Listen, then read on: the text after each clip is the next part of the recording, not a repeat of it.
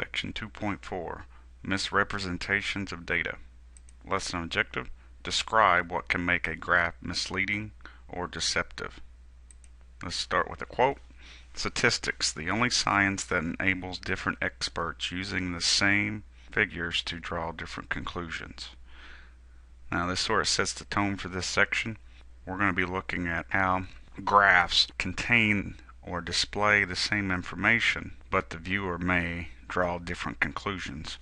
Okay, let's begin with the vertical axis. Here is an ad from Chevy trucks. The claim is more than 98% of all trucks sold in the last 10 years are still on the road.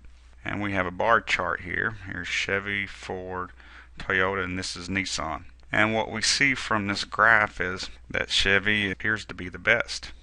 But if we really look at the scaling, we see that this starts at 95%. So this difference here and here and here is exaggerated, because this is not starting at 0, this is starting at 95%. So this would be 98%. They're a little bit more than 98, and Ford is a little bit more than 97. So we're talking about a percent difference, and it appears from the chart that it's more than 8%. Let's look at another example. The data in the table to the right represents the historical life expectancy in years of residents of the United States. So in 1950, the life expectancy was 68.2 years. And we can see as the years go up, the life expectancy goes up. So we're first going to construct a misleading time series graph that implies life expectancy has risen sharply. And then we're going to construct a time series graph that is not misleading. Let's look at the first one.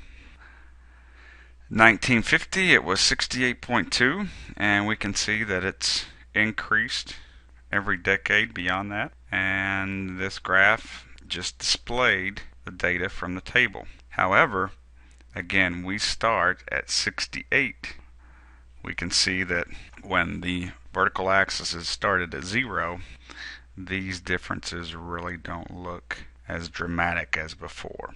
So anytime that you're viewing a graph where it's been truncated, where it does not start at 0, you should be aware that the differences may be exaggerated. Here's another example. This is personal income per capita for two states, California and Nevada. Now, when we start at 0, the differences are not exaggerated. If we started at 30,000, the differences would be exaggerated.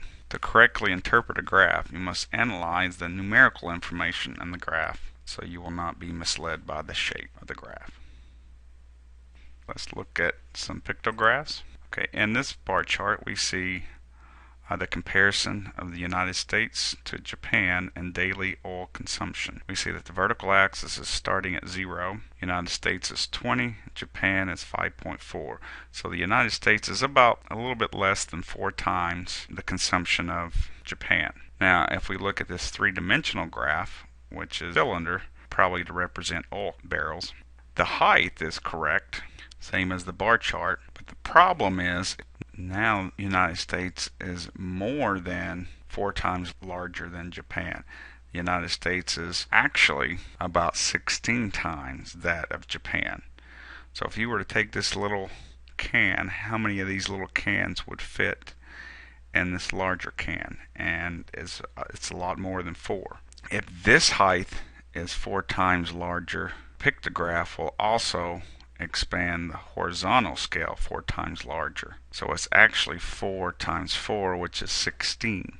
So this barrel is 16 times larger than this barrel. The proportion of the difference is not correct. This is misleading. Okay, here's another example of a pictograph. These are the people who died in the Titanic. There were 325 in first class, 285 in second, 706 in the third, and the crew was 885. Now, the reason why this graph here is misleading is because instead of using just a bar chart, they use this picture of Titanic boat. So as you increase horizontal scale, the vertical scale is also going to be increased by that amount. And the problem is we're looking at area, and area is 2 dimensions, and this is not a fair diagram of the difference. Okay, let's look at some pie charts. And now, while some people may like the three-dimensional pie chart on the left, the correct pie chart to use would be the two-dimensional that's on the right. And the reason why is whatever slice is shown to the viewer, this looks larger than when it actually really is. Well, let's look at an example. The National Survey of Student Engagement is a survey that, among other things, asks first-year students at liberal arts colleges how much time do they spend preparing for class each week. Here's the results from 2007. 0 hours had a relative frequency of 0. 1 to 5 is about 13%. 6 to 10 is 25%. So on and so forth. If we were to take this data and make a display that exaggerates the percentage of students who spend between 6 and 10 hours, we could do that by a three-dimensional pie chart and put that section, 6 to 10 hours, in front. And then to make a fair comparison, we're just going to do a normal pie chart that's not misleading. So as we can see, this section is first, and it appears to the reader to be the largest section, and that's from 6 to 10. Now if we look at it this way, we see that the section is not exaggerated. It is a big section, but it's not as large as the three-dimensional pie chart. Here's another example of something that could go wrong with the pie chart. It appears that this is 50%, but according to the pie chart, it looks like it's less than 50%. We have to keep it honest. Make sure your display shows what the data is saying. Here's another example. What's wrong with this one? This sort of implies that this is a pie chart, but the problem with this graph is these percentages do not add up to 100%. They're more. This is a misleading display. So let's look at some guidelines for constructing good graphics. Title and label the graphic axes clearly, providing explanations if needed.